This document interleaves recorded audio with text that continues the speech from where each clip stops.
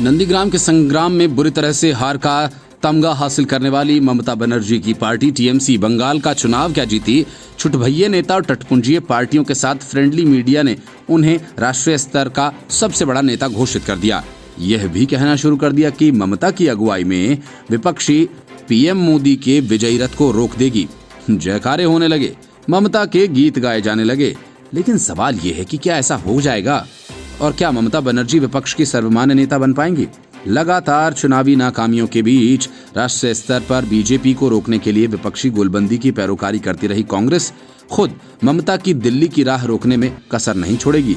वहीं कुछ बड़े क्षेत्रीय छत्रपों की ममता के नेतृत्व की रहनुमाई को सहजता से स्वीकार करने की हिचक भी इसमें अड़चन बनेगी।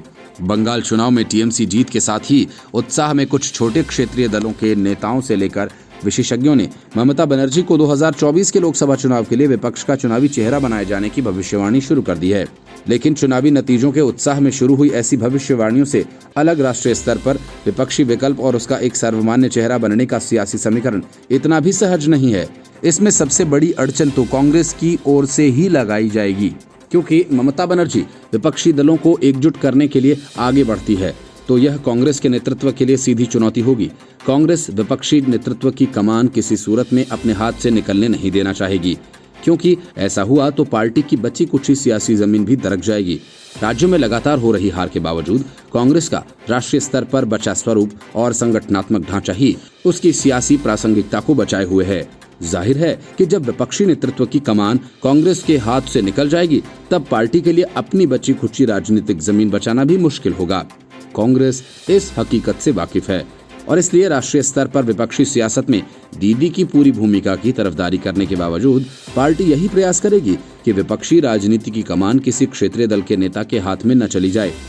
ममता बनर्जी के शरद पवार से बेहतर रिश्तों को देखते हुए इस बात की चर्चाएं भी शुरू हो गई हैं कि ये दोनों कुछ और बड़े क्षेत्रीय दलों के साथ नेताओं के साथ मिलकर राष्ट्रीय स्तर पर विपक्षी राजनीति की कमान गैर कांग्रेसी दलों के हाथ में सौंपने के लिए कांग्रेस पर दबाव बना सकते हैं।